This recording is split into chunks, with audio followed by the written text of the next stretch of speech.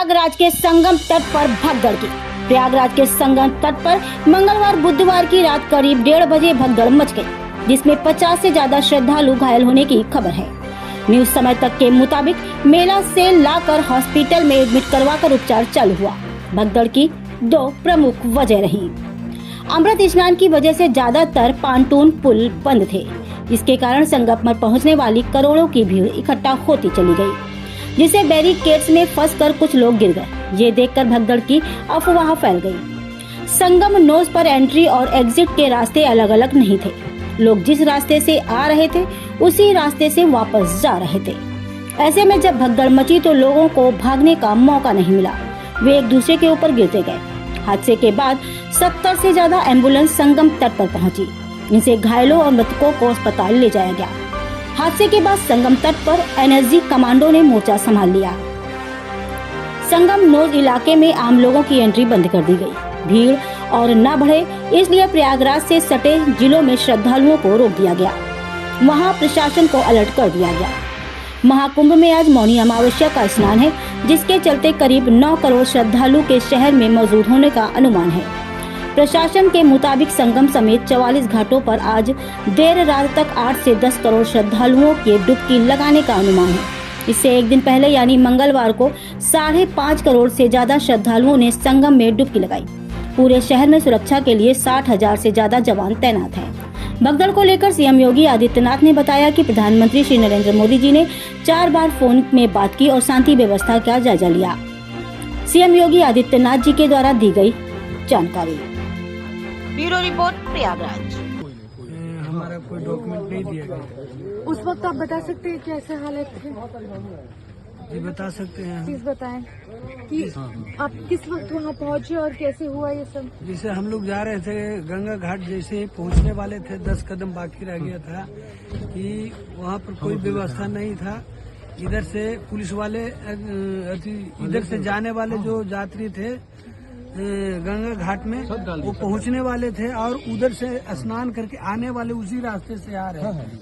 और सभी श्रद्धालु सुन लें, यहाँ लेटे रहने से कोई फायदा नहीं है। जो सोवत है सो खोवत है। उठिए उठिए, स्नान करिए।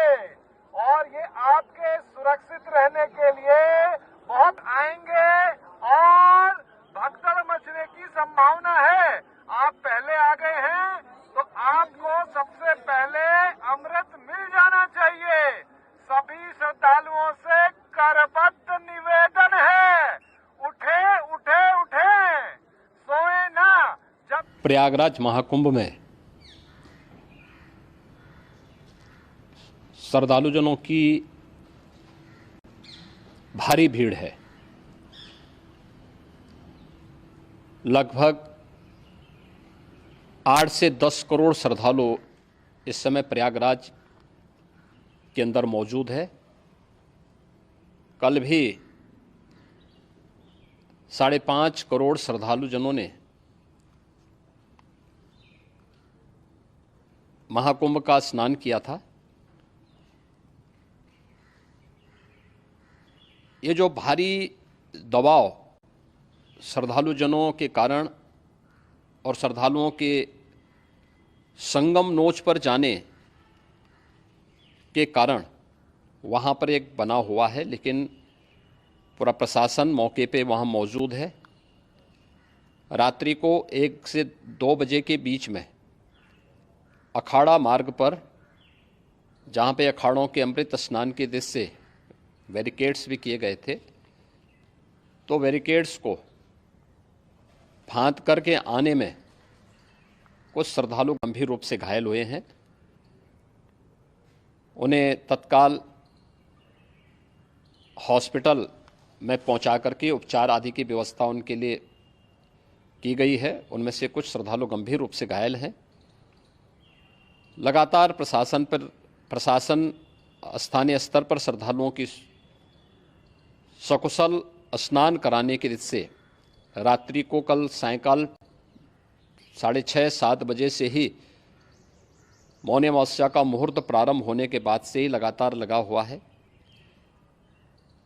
प्रयागराज में महाकुंभ में श्रद्धालुजनों के सकुशल स्नान करने, अमृत स्नान के लिए देश भर से आए हुए श्रद्धालुजनों की व्यवस्था के लिए, उनके कुशल क्षेम के लिए आदरणीय प्रधानमंत्री जी का प्रातःकाल